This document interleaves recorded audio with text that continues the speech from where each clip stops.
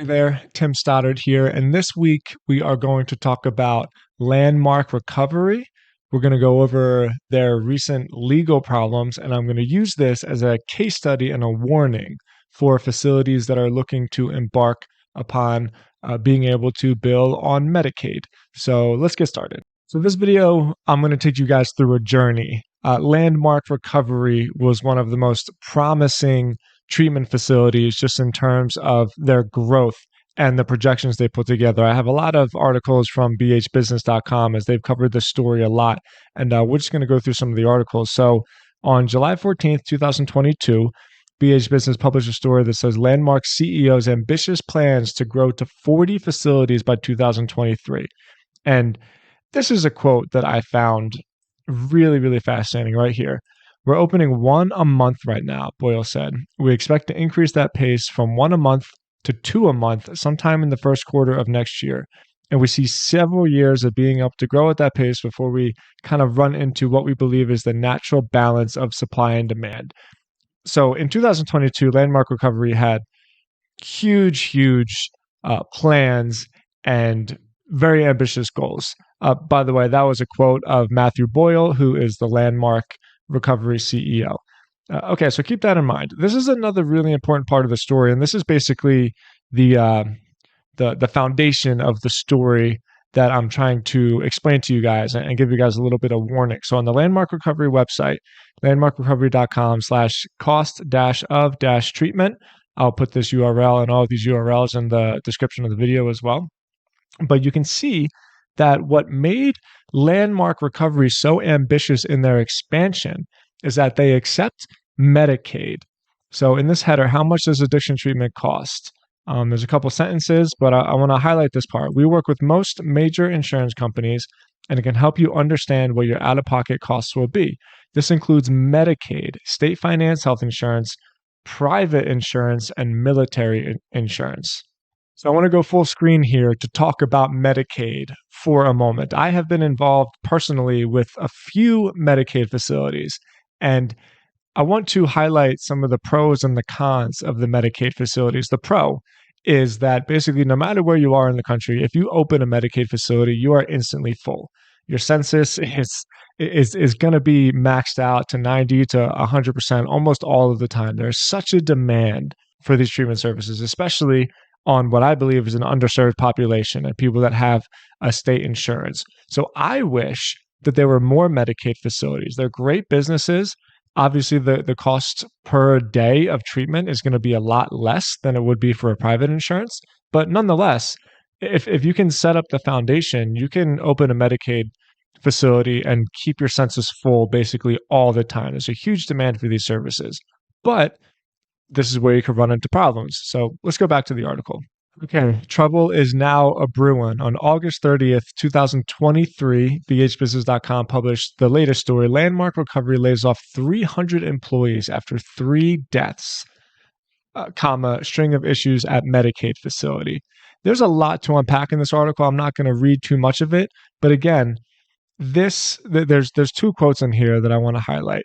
The first one, quote, due to the circumstances with both licensing and payer contracts in the state of Indiana, we will unfortunately be unable to bring you back from furlough.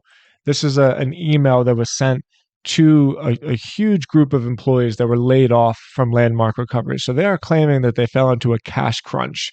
And I don't know the behind the scenes of Landmark Recovery. I'm not speculating here. It's quite plausible that they ran into a cash crunch.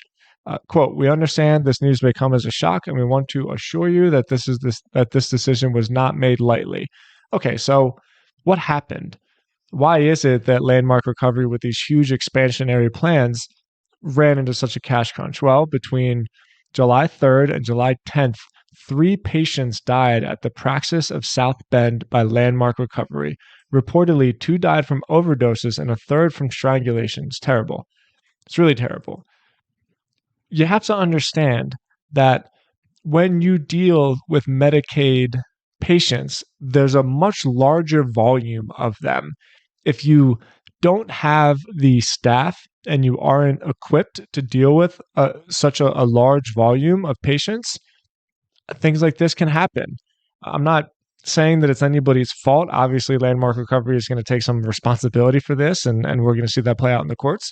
But nonetheless, this is a huge miscalculation on their part, and I believe it's a potential huge miscalculation for anybody that wants to start a Medicaid facility in the future. Here's one more quote from Boyle, from the CEO of Landmark Recovery. Opening in Mishawaka in particular was immensely challenging, Boyle wrote in a New Year's reflection email. Quote, "We were not prepared to open such a large building, and frankly, I did a poor job anticipating the problems we would face opening a building nearly twice as large as any that we had previously tried to open, and we were not prepared to handle the influx of patients we faced."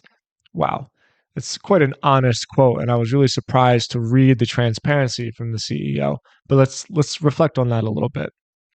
As I said, Medicaid facilities do not have the same problem that private pay or private insurance facilities do in terms of the demand for their services. And I think what happened here is Landmark got very greedy. They saw that they were opening these facilities. They were opening one a month, as we saw in the first report from bhbusiness.com. And my guess is that every time they opened a facility, it was instantly full. So they did not take the time to staff properly. They did not take the time to set up the proper security infrastructure management. Who knows what their paperwork was like? It was probably very disjointed, to say the least. So the purpose of this video is actually not to do a hit piece on Landmark Recovery. I don't know them. I don't know the people there. The purpose of this video is to highlight the opportunity of Medicaid facilities. It's going to be much tighter margins on the patients that you treat.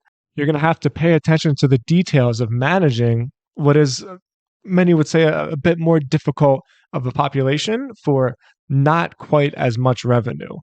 But if you are patient and you do it properly, I believe that there's still a huge opportunity for Medicaid facilities. One a month is probably too fast. But if you do it right, I see no reason why somebody can't open a new facility once every 6 months, once a year, once every 2 years. You can provide a service to a very underserved population, a population that needs help just as much as anybody else does. And you can build a very profitable business in doing so. So learn these lessons, learn the lessons from Landmark Recovery, see the opportunity that they saw. But if your execution is cleaner, you can really, really take advantage of this opening in the market, and you can help a lot of people in the meantime. Okay, that's it for this week's video. Thank you so much for watching. If you have any insights, please leave a comment and please subscribe, and I'll talk to you next week. See ya.